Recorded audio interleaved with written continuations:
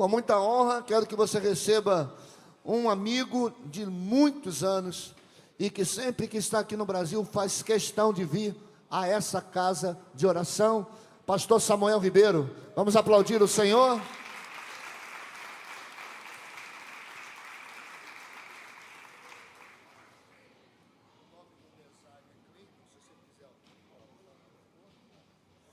Meus amados, a paz do Senhor Jesus.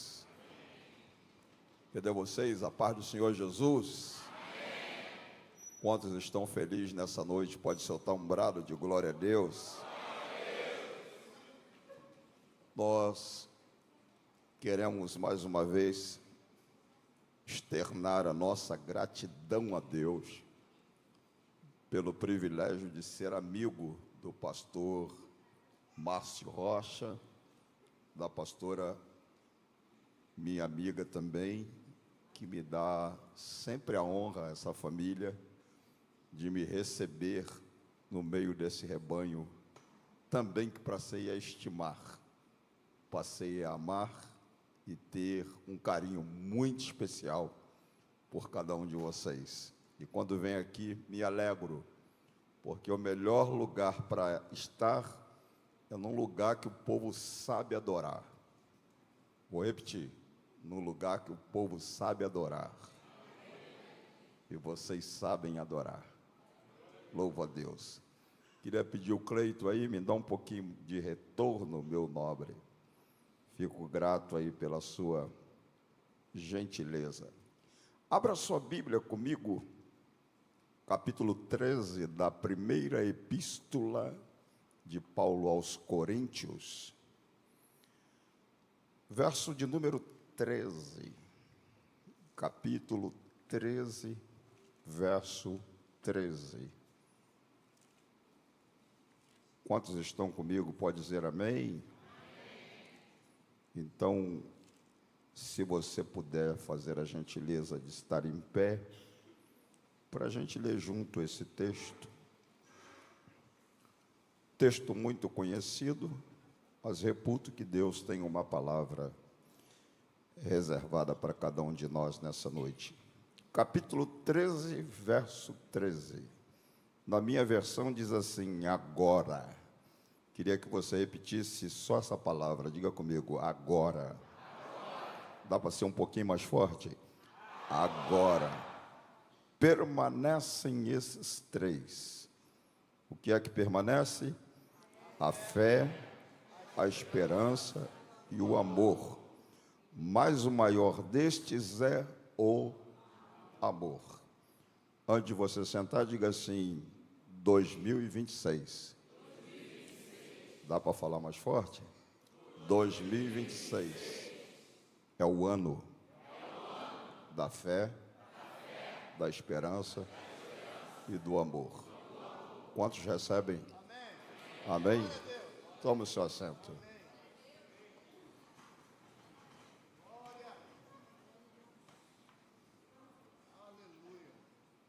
Eu, na verdade, sou uma pessoa que eu tenho um profundo apego com a Bíblia Sagrada. Vou repetir. Eu não tenho esse livro apenas como um mero livro. Eu tenho esse livro também, não tenho esse livro como se fosse apenas um amuleto de caráter espiritual. Esse livro, para mim, é regra de fé e de prática. Não, vou repetir. Esse livro aqui, para mim, é um livro de regra, de fé e de prática. E por causa disso, o apóstolo Paulo, escrevendo em uma das suas epístolas, no livro de Gálatas, Paulo disse assim: todos aqueles, escute isso, todos aqueles que andarem conforme esta regra. Eu disse que a Bíblia, para mim, é regra de fé, é regra de prática. E nós acabamos de ouvir uma palavra fazendo distinção de dois homens, os quais um era prudente, outro era insensato. O prudente é porque tinha a palavra como regra de fé e de prática. E Paulo disse assim: todos aqueles que andarem conforme esta regra. Aí vem a promessa: paz e misericórdia seja sobre eles e sobre Israel de Deus. Eu profetizo nessa noite que todos que estão aqui, que têm a Bíblia como sua regra de fé e de prática, esteja sob a égide desta promessa: paz e misericórdia seja sobre todos eles e sobre Israel de Deus. Quantos recebem, pode dizer amém? Como eu tenho a Bíblia como minha regra de fé e prática, eu não apenas leio a Bíblia, eu tenho o hábito de estudá-la. E ao estudar a Bíblia, escute isso, eu descobri que esse livro tem 66 livros. Quantos livros eu disse? 66. Dentre esses 66, existem 27 naquilo que a gente chama de Novo Testamento. Quantos livros eu disse? 27. Dentre esses 27 livros, existem 21 epístolas. Quantas epístolas eu disse?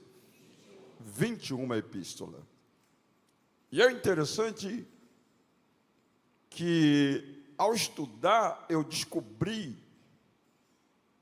que só um homem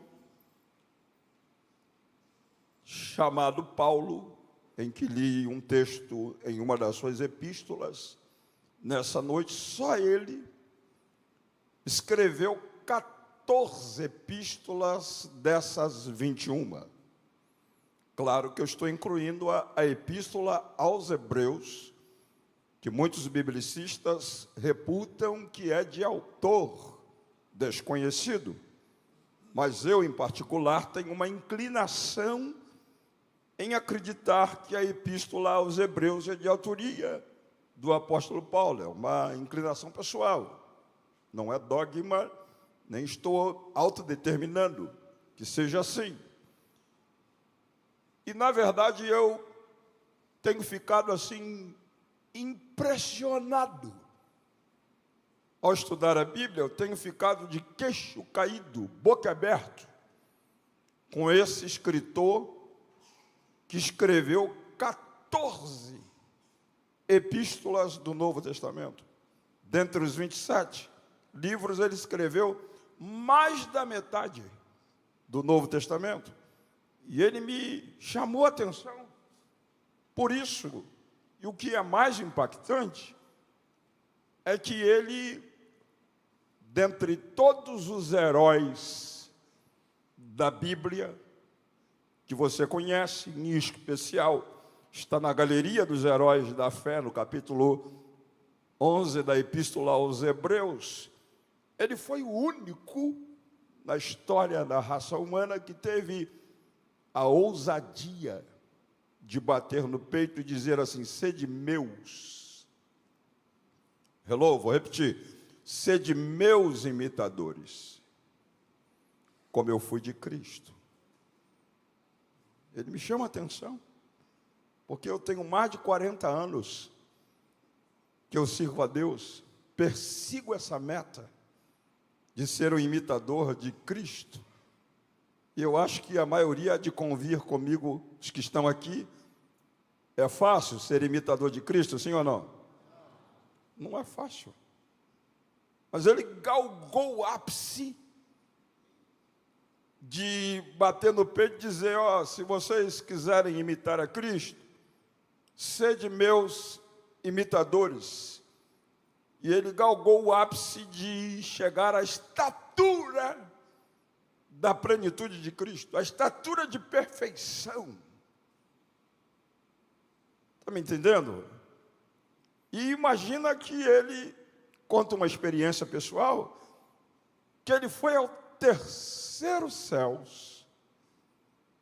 ouviu coisa lá, e quando ele desceu, ele disse que não era lícito contar aos homens. Agora você imagina se lhe fosse permitido contar o que ele ouviu lá, que tamanho seria a Bíblia que você carrega hoje? Que tamanho seria a Bíblia que eu carrego hoje? Então esse homem, desculpa a linguagem, eu vou usar uma linguagem mais popular, esse cara me impressiona. E não para por aí. O fato dele me impressionar é o fato que faz mais de 2000 anos atrás que ele escreveu essas 14 epístolas, e o que me impacta é que elas são altamente contextuais. Parece que foi ontem que ele escreveu o que está escrito no Novo Testamento. E dentre o que ele escreveu, aqui está o ponto.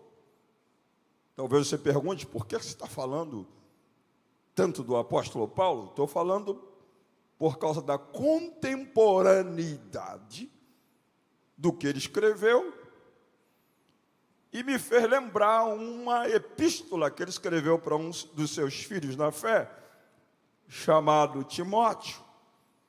E ele disse para ele que viriam dias difíceis. Ele disse para ele que viriam tempos trabalhosos. E eu penso que não haja um de nós que esteja aqui nessa noite que porventura tenha um pouquinho de sensibilidade para perceber que nós estamos no epicentro desses dias difíceis, desses tempos trabalhosos. Sim ou não? Qualquer um que está aqui sabe que nunca houve um tempo que requeresse da gente tanta disciplina, que requeresse da gente tanta prudência, que requeresse da gente tanta perícia, tanta sabedoria para viver no contexto de dias que ele vaticinou há mais de 2000 anos atrás para Timóteo, dizendo que viria dias difíceis e tempos trabalhosos.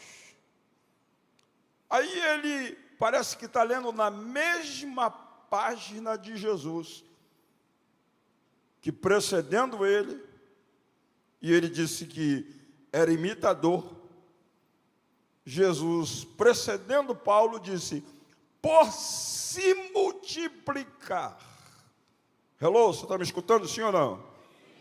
Por se multiplicar a iniquidade. Jesus não disse que a iniquidade ia somar. Jesus disse que ela iria se multiplicar. Aí ele disse que por se multiplicar a iniquidade, o amor de quase todos esfriaria. Inclusive o seu, inclusive o meu. Não tem um de nós que esteja à parte do que Jesus disse. Viveríamos, como Paulo disse, em dias difíceis, tempos trabalhosos, iniquidade dia após dia se multiplicando, e a tendência natural é que o nosso amor pelas coisas de Deus esfrie. Estou falando nosso. E aí Jesus vai mais fundo, faz uma interrogação, e na interrogação que ele faz, ele pergunta, porventura, homem voltar, ele achará fé na terra?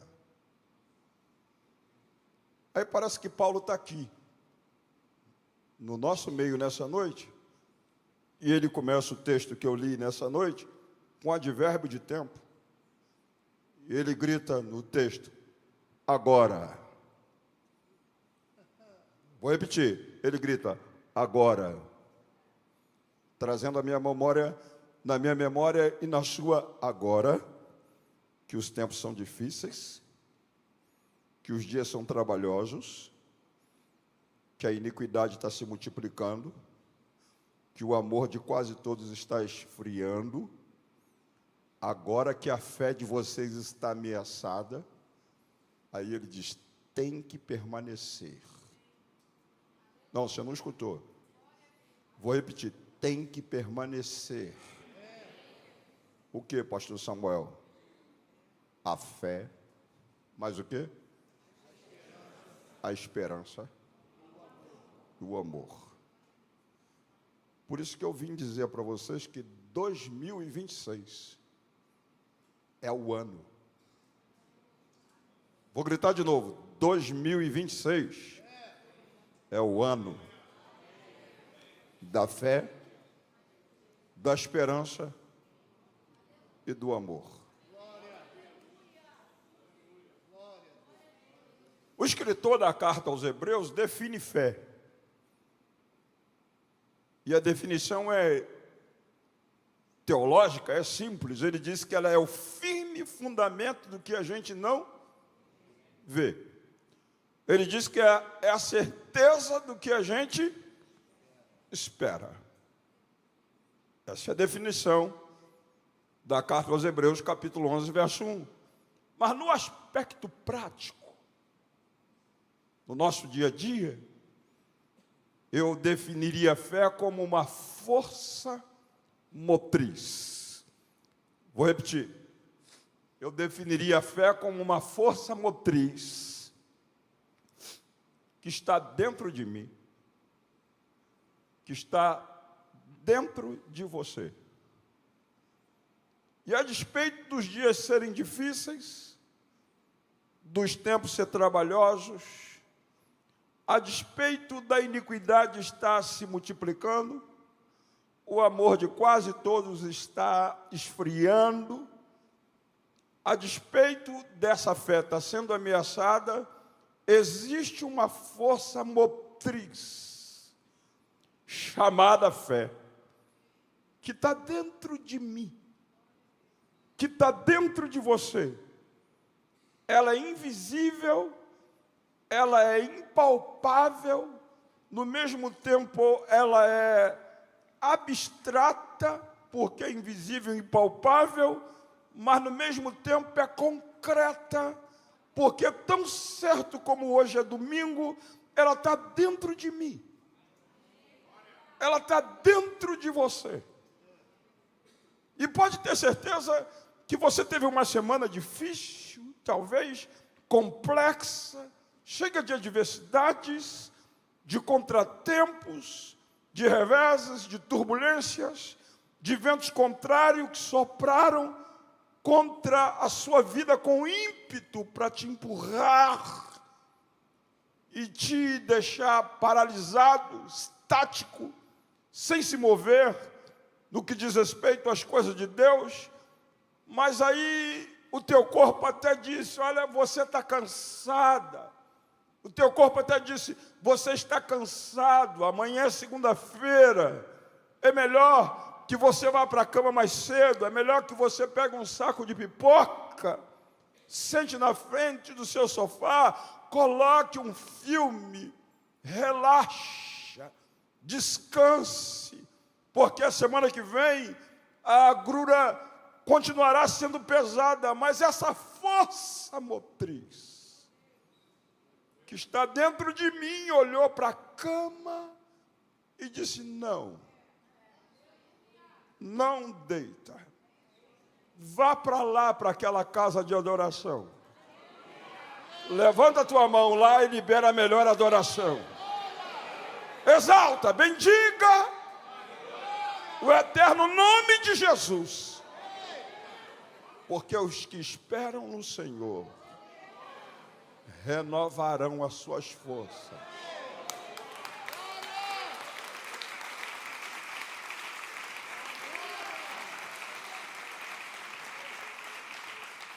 Agora, como é que eu recebi, como é que você recebeu essa força motriz denominada de fé?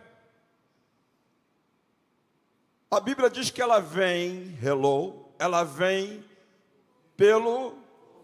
Não escutei, pelo... Ouvir. E ouvir pela palavra de Deus. Eu não sei aonde você estava, só sei que está escrito assim: aprove a Deus salvar os crentes. Eu não entendia muito esse texto, mas fui entender que Deus estava dizendo que aprove Ele salvar as pessoas que já nasceram desde o ventre da sua mãe com a fé natural, capacidade de crer nele, mas só creria nele ao ouvir a palavra. Por isso o texto diz: a fé para a salvação vem ao ouvir e ouvir a palavra de Deus. Eu não sei se você estava num bar, eu não sei se você estava no campo de futebol, eu não sei se você estava num baile, eu não sei onde você estava no dia que alguém pregou para você essa palavra. Só sei que de maneira extraordinária, de maneira sobrenatural, quando alguém pregou essa palavra para você, veio. Vou repetir, veio. Veio o quê? A fé. Que vem pelo ouvir e ouvir a palavra de Deus. E ali, de forma momentânea, extraordinária, de maneira sobrenatural, exponencial, aconteceu um milagre. A Bíblia diz que ali, pela graça, vou gritar de novo, pela graça. Cada um aqui tem uma história. Você não merecia, nem eu. Você fumava, jogava, adulterava, fazia um monte de asneira na vida, mas a fé veio pelo ouvir a palavra, e pela graça, favor plenamente despojado de mérito.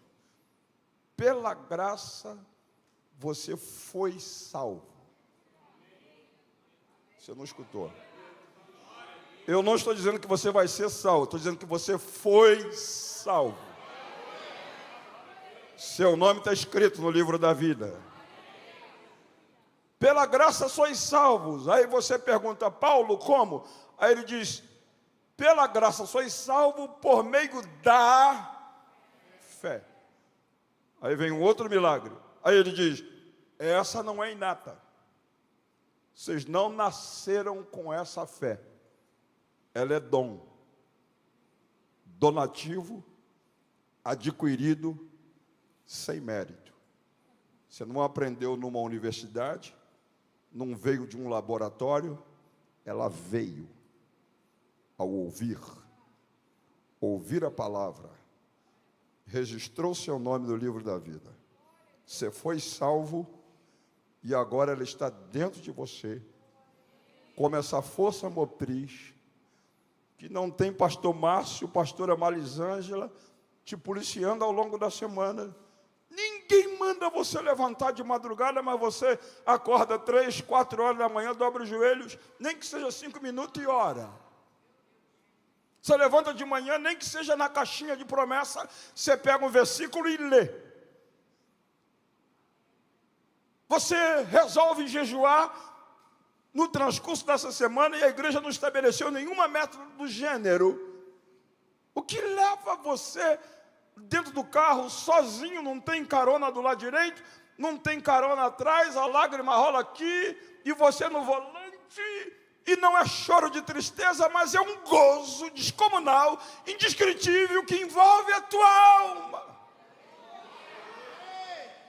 É essa força motriz, chamada fé, que me move estar pregando aqui. Que move você a tirar esse tempo para me ouvir. É ela. E aí, além dela garantir a minha salvação, João disse que ela se tornou um instrumento de vitória para mim contra o mundo. Ele vai escrever em uma de suas epístolas, usando um pronome demonstrativo, ele diz assim, esta. Você pode repetir essa frase? Esta. Essa é o que está longe. Esta é o que está perto. Ele diz, esta. Ele vai usar o verbo ser. Do verbo ser. A vitória que vence o mundo, a vossa fé.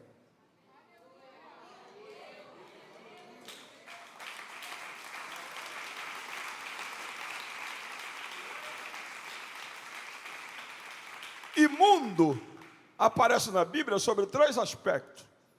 Mundo cosmos, esse mundo físico, material, que a gente convive nele. Mundo ecumênico, relacionado com a raça humana. E há uma palavrinha no original, na língua do Novo Testamento, que o Novo Testamento foi escrito, grego, há uma palavrinha chamada mundo aion. Você pode repetir? Mundo aion? Mundo aion. O que é mundo aion? É um sistema organizado contra tudo que se chama Deus.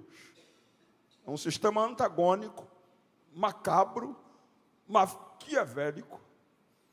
Ele é existente. E Jesus, precedendo a sua ascensão, fez uma oração sacerdotal, dizendo assim, Pai, eu não te peço que tu os tire do mundo, mas que tu os livre do mal. Porque esse mundo, como o mundo aion, sistema organizado contra tudo que se chama Deus, ele jaz. Hello, vou repetir, ele jaz no maligno. E como ele jaz no maligno, ele quer te empurrar para fora da presença de Deus. Ele quer roubar os teus valores morais, os teus valores espirituais. Ele quer te esfriar. Ele quer te achatar. Ele quer te jogar na lona e te fazer urrar. Mas você está debaixo da égide da oração sacerdotal de Jesus, que disse, Pai, não tire ela do mundo, não tire ele do mundo, mas livre-os do mal. E como se não bastasse Jesus orar, Deus proveu a fé como um instrumento de vitória contra esse sistema, que se chama mundo aion. Além da fé ser um instrumento de vitória contra o mundo, ela também é um escudo. Hello, vou repetir, ela é um escudo. Como é que eu posso dizer para vocês? Vamos citar aqui um exemplo. Vamos dizer que você é esse púlpito que está aqui, esse móvel que está aqui. Aqui do teu lado tem um anjo. O que eu disse que tem aqui? Um anjo. E sabe o que esse anjo que está aqui do teu lado está fazendo? A Bíblia diz que ele anda em derredor. Ou seja, em redor. Hello? Como é que ele anda? Em redor. 24 horas por dia, do teu lado. E a Bíblia diz que o anjo do Senhor acampa-se ao redor daqueles que temem a Deus.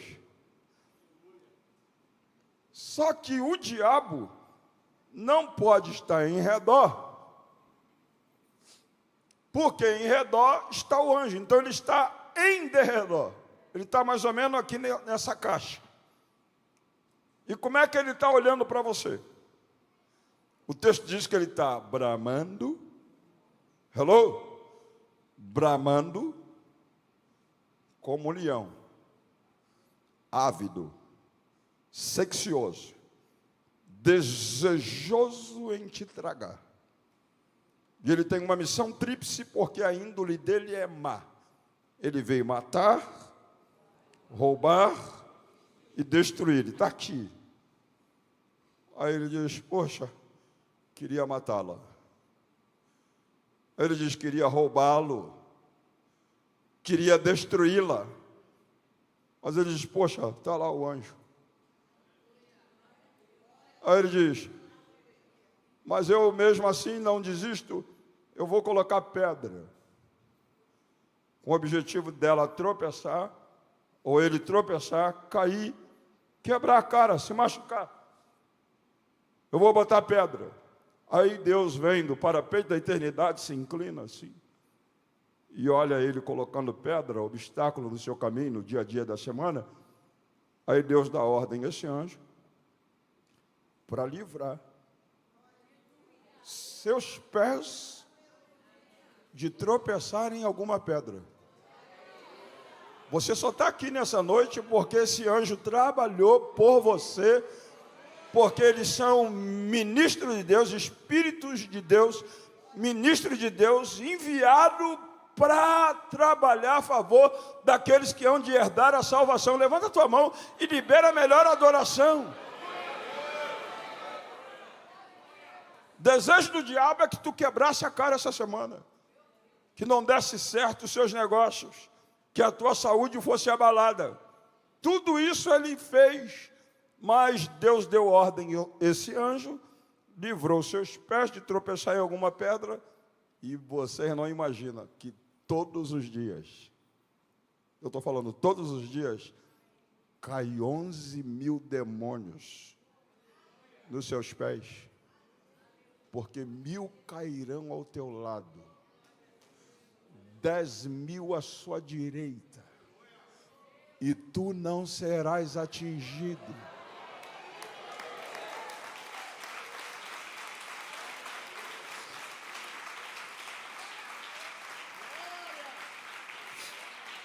Agora, preste atenção nisso. Você está aqui, você está brindado.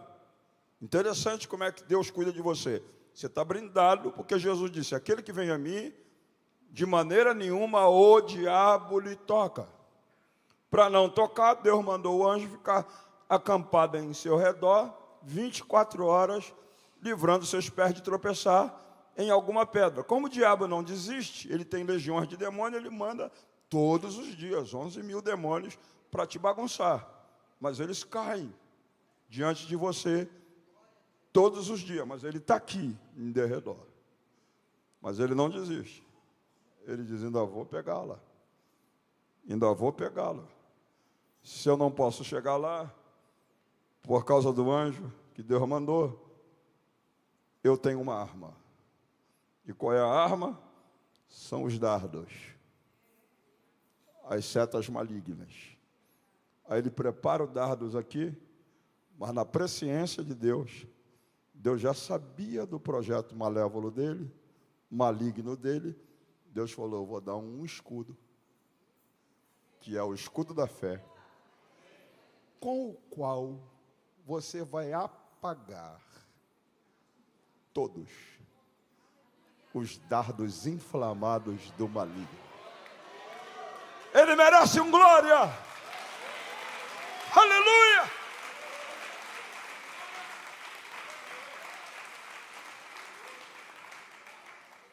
Agora, escute isso. Paulo disse agora. Repete comigo a expressão, agora. Aí vamos lá o que ele disse, agora. Diga comigo, que os dias são difíceis, que os tempos são trabalhosos, que a iniquidade está se multiplicando, que o amor de quase todos está esfriando e que a minha fé está sendo ameaçada. Agora tem que permanecer a fé, a esperança e o amor. Eu disse, e ele disse que tem que permanecer. Por quê? Ela garantiu a minha salvação. Pela graça eu fui salvo por meio dela. Ela se tornou um instrumento de vitória para mim contra o mundo. Ela é um escudo com o qual eu posso apagar todos os dardos inflamados do maligno, mas eu e você estamos sujeitos a perdê-la. Vou gritar de novo no seu ouvido. Estamos sujeitos a perdê-la. Porque foi Jesus que perguntou, quando eu voltar, eu acharei ela com você? Eu acharei fé na terra?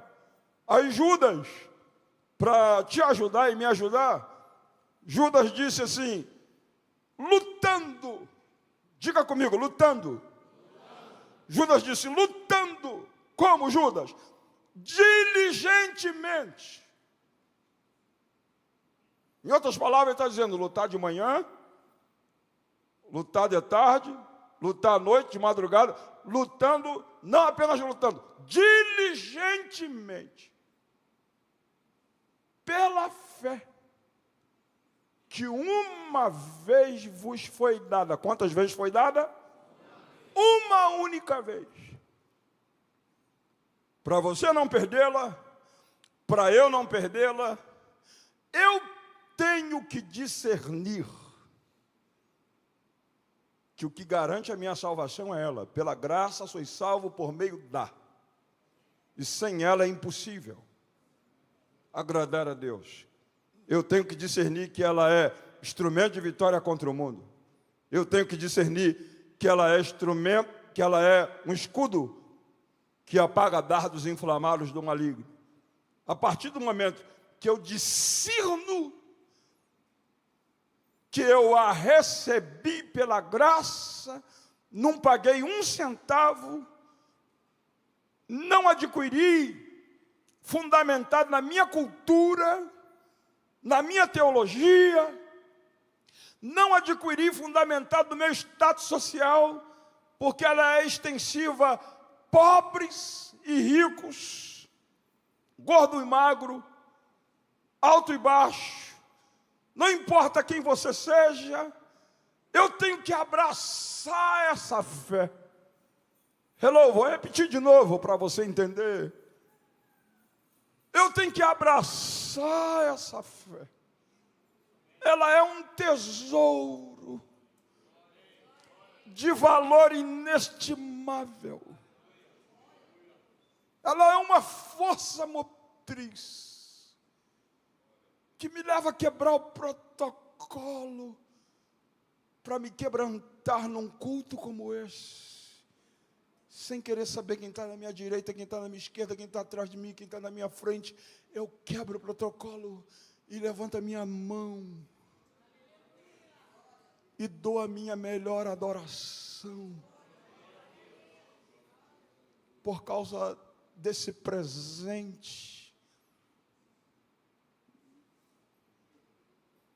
por causa de algo que é de um valor inestimável que Deus me deu. Mas os dias são difíceis, os tempos são trabalhosos, a iniquidade está se multiplicando, o amor de quase todos está esfriando. E Jesus me perguntou se quando Ele voltar, Ele vai achar ela comigo. Então, a partir dessa noite, depois de ouvir essa palavra, eu vou lutar. diligentemente. E é por ela que uma vez me foi dada, para eu não perdê-la, até eu chegar ao estágio do Paulo. Combati o bom combate, terminei a carreira. E a fé, Paulo, o que você fez? Guardei.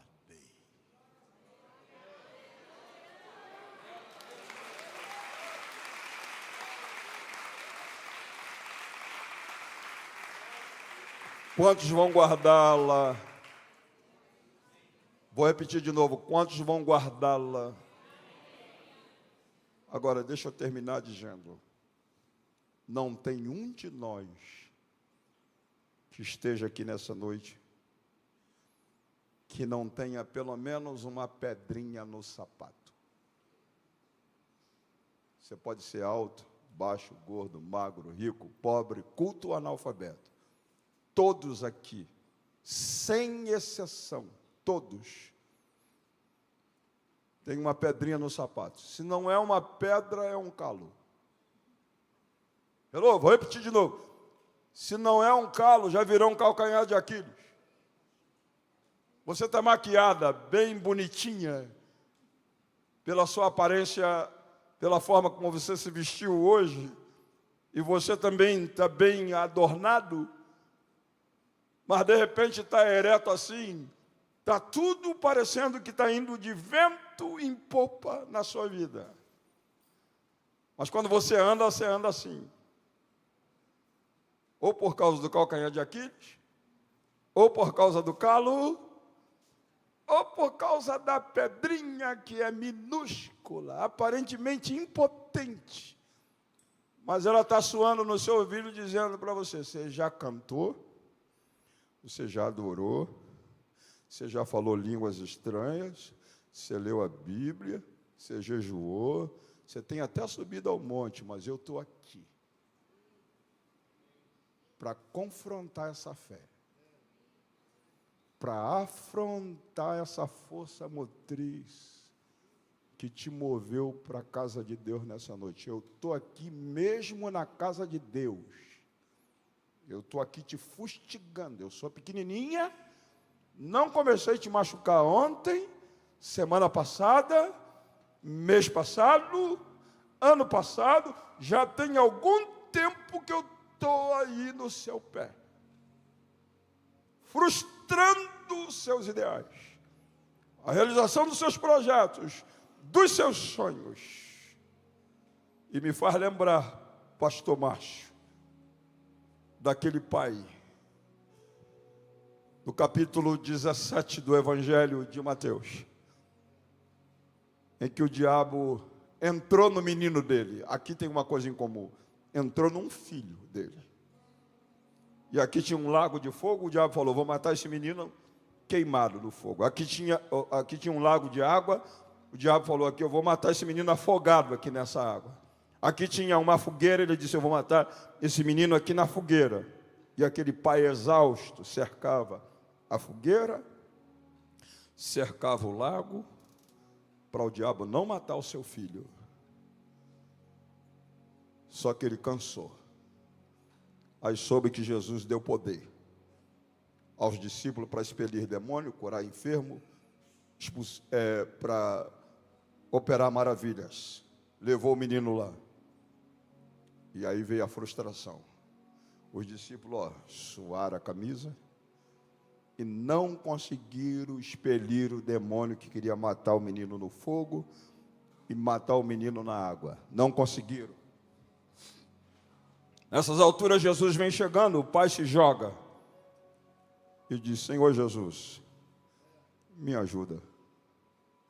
Eu trouxe meu filho aos seus discípulos, porque soube que tu dera poder para eles expelirem demônio, curar os doentes, limpar leprosos, mas eles me frustraram, porque não conseguiram libertar o meu filho. E aqui vai uma palavra para você. Aquele pai ficou frustrado. com os discípulos de Jesus. Se jogou nos pés de Jesus e disse: me ajuda. Aí Jesus liberou uma palavra para ele, disse para ele assim: tudo é possível ao que crer. Em vez de levantar a autoestima dele, pastor, botou ele para baixo. Ele, em vez de se sentir motivado, ele faz até uma oração inusitada no texto. Ele grita assim: eu creio. Aí depois ele se recompõe e diz assim: mas me ajuda na minha falta de fé. E eu vim aqui falar para você que tem essa pedrinha, esse calo, que talvez alguns discípulos de Jesus, nesse século 21, já te frustrou. Com falsas promessas, pseudas profecias, as quais nunca se cumpriu e você criou expectativa de que essa pedrinha seria removida. E aí você criou um antivírus.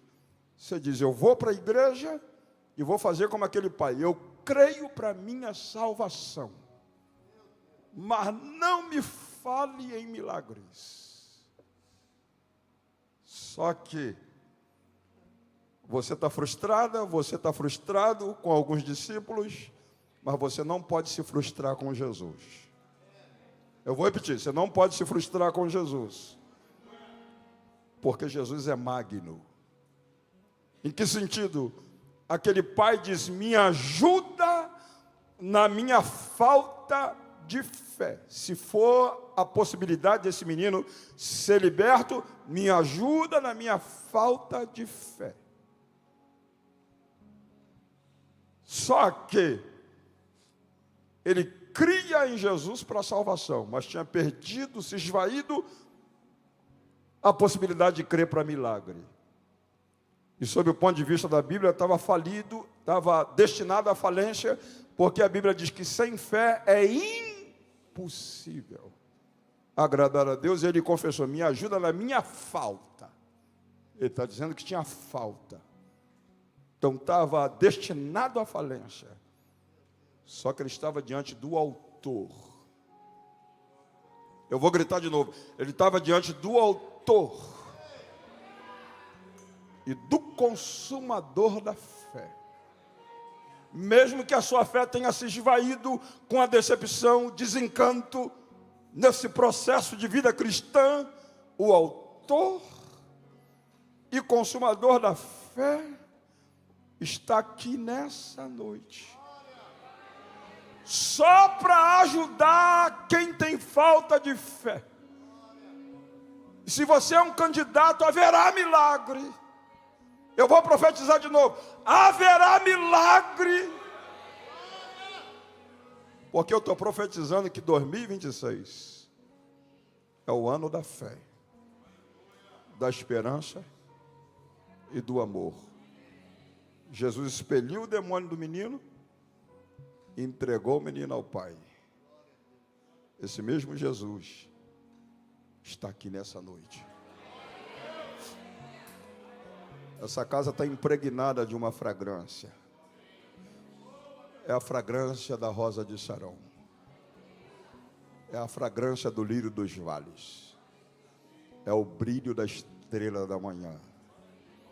É o rugir do leão da tribo de Judá, que nunca perdeu uma batalha para Satanás.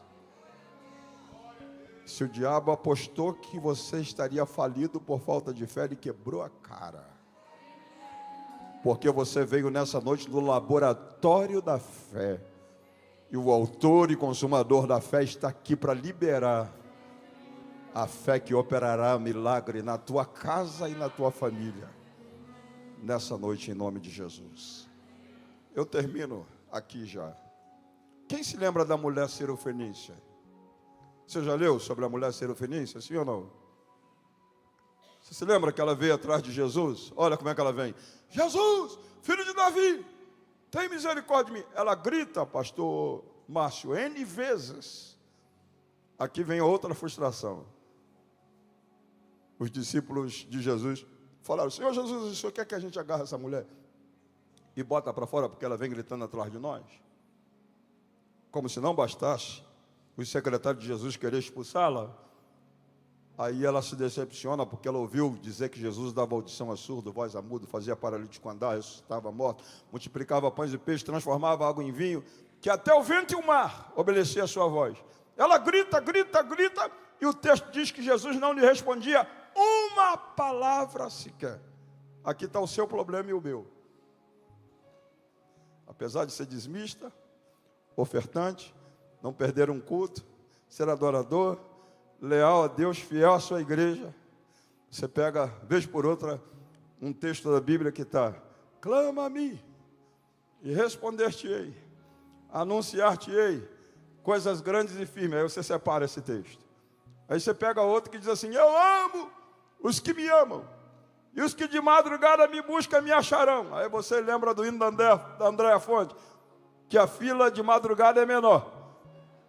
Aí você separa o texto e levanta de madrugada.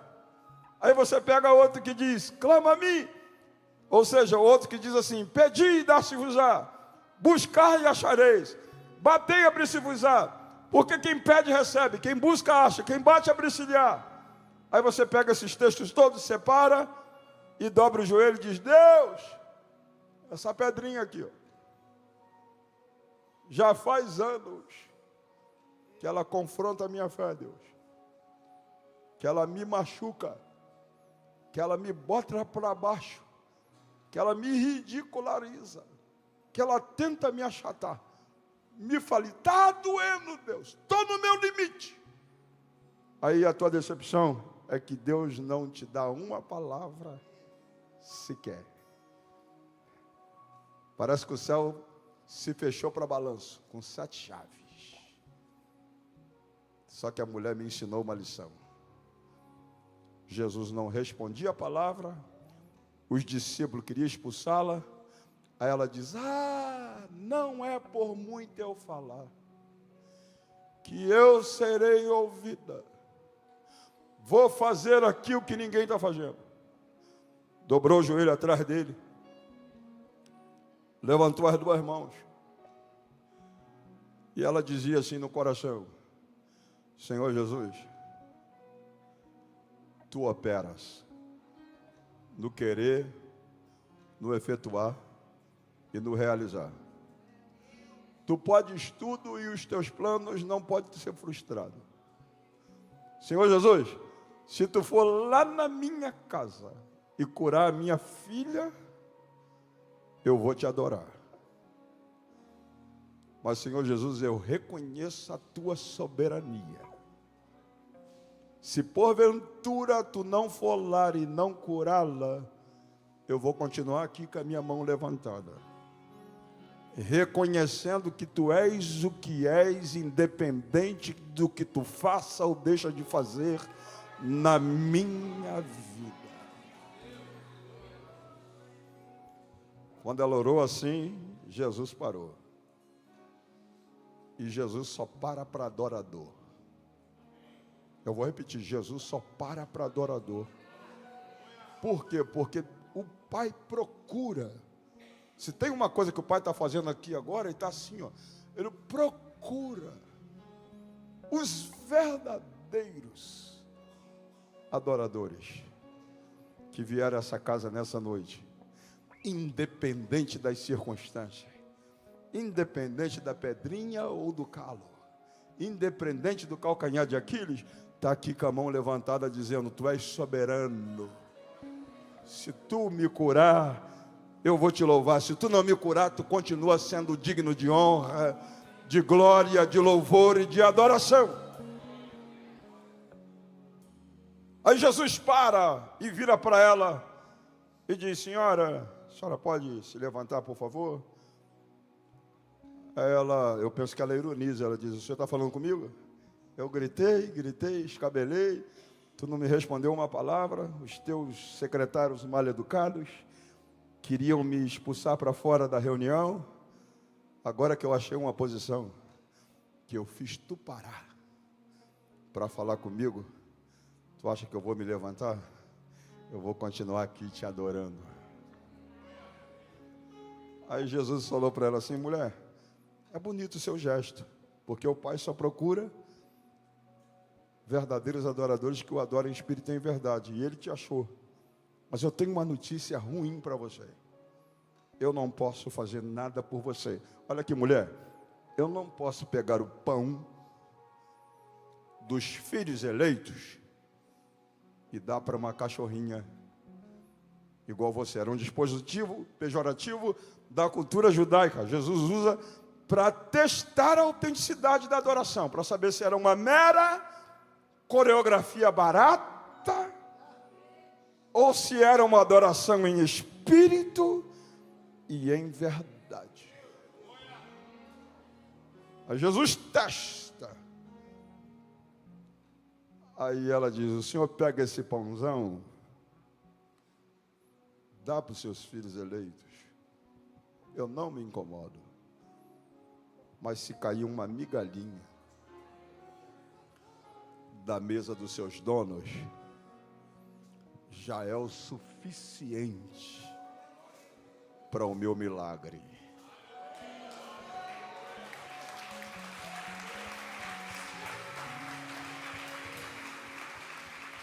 Escute, para terminar. Aí Jesus olha para ela. Olha o que Jesus vai dizer.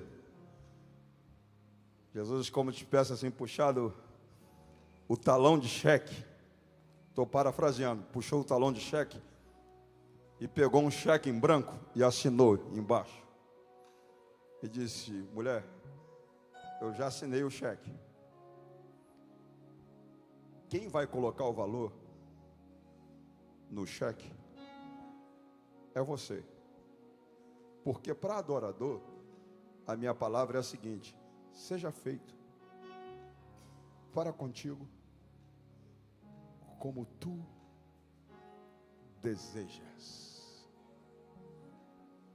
Aí ele diz para ela: porque grande, hello, grande é a tua fé. E eu termino dizendo: agora, vou repetir de novo, agora, que os dias são difíceis, que os tempos são trabalhosos, que a iniquidade está se multiplicando, o amor de quase todos está esfriando, o diabo vai quebrar a cara, porque ele vai ouvir Jesus dizer: grande, hello, grande é a tua fé. Se a tua fé é grande, fica em pé. Vem para cá para o pé do altar com essa fé. Vem para cá para o pé do altar com essa fé, porque agora é hora de Deus remover essa pedrinha. Só quem tem uma pedrinha. Se você não tiver, fica onde você estiver. Se você tem uma pedrinha, vem para cá. Agora é a hora da oração da fé. E eu louvo a Deus, porque parece que tem muita gente que não tem pedrinha, não tem calo, não tem calcanhar de Aquiles. Que bom, que bom. Mas me parece que você é extraterrestre. Porque Jesus disse: no mundo tereis. Não tem um de nós que não tenha. Então sai do seu lugar, vem para cá. Vem para cá que eu quero orar agora a oração da fé, a oração do milagre. Ei, vou contar para vocês um segredo. Eu trouxe um amigo comigo para o culto dessa noite. Vou repetir. Eu trouxe um amigo comigo para o culto dessa noite. Vocês viram ele aqui comigo, não? Viram ou não? O nome dele é Espírito Santo. E esse amigo é o mesmo que os apóstolos saíram pregando. Aí o texto diz assim: ele cooperando com eles, confirmava a palavra por meio de sinais, prodígio e maravilhas. Por isso que eu estou pedindo para você sair da onde você estiver. Não sei por que você está tímido. Eu estou te oferecendo coisa boa. Sai desse lugar aí, por favor. Vem para cá. Eu vou esperar você sair. Eu sei que tem muita gente assim tímida, mas eu quero te ajudar. Em nome de Jesus, sai do seu lugar. Vem para cá que eu quero orar. E você vai contar um testemunho ainda essa semana do que Deus fez na sua vida. Vocês podem me ajudar? Se lembra de uma música antiga que a gente cantava? Toda vez que a minha fé é provada. Vocês podem, desculpa mudar o cardápio. Gente, sai de lá de trás, gente. Eu quero orar por você. Eu estou te oferecendo coisa boa. Por favor, entenda, o meu desejo de te abençoar é muito grande, na autoridade que é no nome de Jesus. Pesa sobre mim a unção para liberar uma vitória na sua casa, na sua família. Por isso que eu estou insistindo para você dar um passo de fé. Porque tem gente que diz assim, se Deus quiser operar na minha vida, opera aqui onde eu estou. Sim, Ele pode operar aí aonde você está, mas um passo que você dá, você está externando que você acredita na palavra profética ministrada nesse altar, nessa noite. Então sai do seu lugar, venha, levanta suas duas mãos, antes da gente orar, vamos motivar a nossa fé. Por favor, sol, aleluia, levanta a mão. Cada vez que a minha fé é provada, Eu quero você com a mão levantada, só quem acredita no que está cantando. tu me dás a chance de crescer um pouco mais. As montanhas e vales, desertos e mares que atravesso me levam pra perto de ti.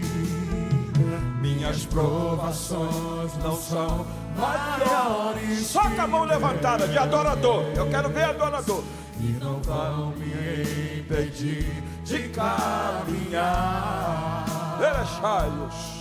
Se diante de mim não se abrir o mar, Deus vai me fazer andar sobre essa água. Só quem vai romper em fé. Rompendo em fé,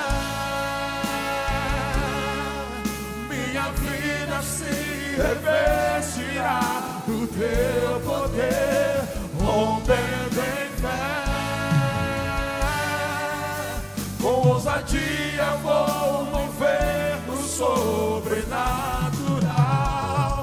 Vou lutar e vencer, vou plantar e colher. A cada dia vou viver rompendo em fé. Mais uma vez, cada vez. Cada vez que a minha fé é provada, Emenachoies. tu me dás a chance de crescer um pouco mais. As montanhas e vales, desertos e mares que atravessam me levam pra perto de ti. Minhas provações. Minhas provações não são maiores que o meu Deus e não vão me impedir de caminhar. Grita bem alto. Se diante de mim não se abrir o mar, Deus vai me fazer andar por sobre as águas, rompendo em fé. Minha vida se revestirá do teu poder, rompendo em fé. Com ousadia vou mover no sobrenatural. Vou lutar e vencer, vou plantar e colher. A cada dia vou viver rompendo em fé. A cada dia. A cada dia vou viver rompendo em fé. Mais uma vez, a cada dia. A cada dia vou viver rompendo em fé. Levanta a tua mão direita.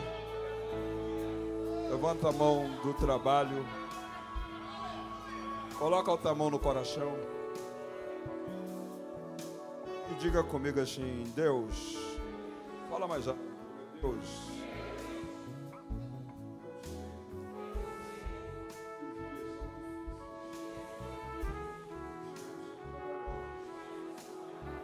eu sei que a iniquidade está se multiplicando.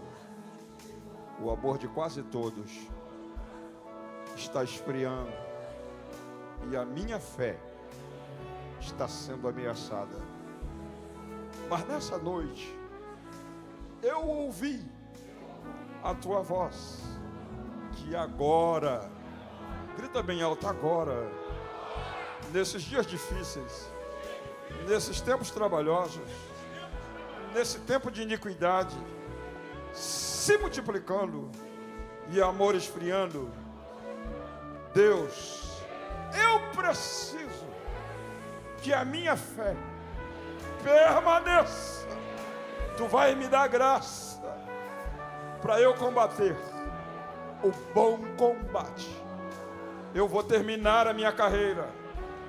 Eu vou guardar essa dádiva, esse presente de valor inestimável que tu colocaste em mim. Deus, foi falado aqui de pedrinha no sapato, foi falado de calo, de calcanhar de Aquiles. Tu sabes da minha situação, e eu vim no pé do altar acreditando que esse amigo chamado Espírito Santo, que cooperava com os apóstolos quando eles pregavam, confirmando a palavra por meio de sinais, prodígios e maravilhas, ele está aqui. E é agora que eu quero te pedir, confirma essa palavra na minha vida, na minha família, nos meus projetos, nos meus sonhos. Confirma com sinais, prodígios e maravilhas. Eu recebo, grita mais alto, eu recebo, no nome de Jesus, o meu milagre. Eu recebo, no nome de Jesus, o meu milagre. E eu rompo em fé, em nome de Jesus.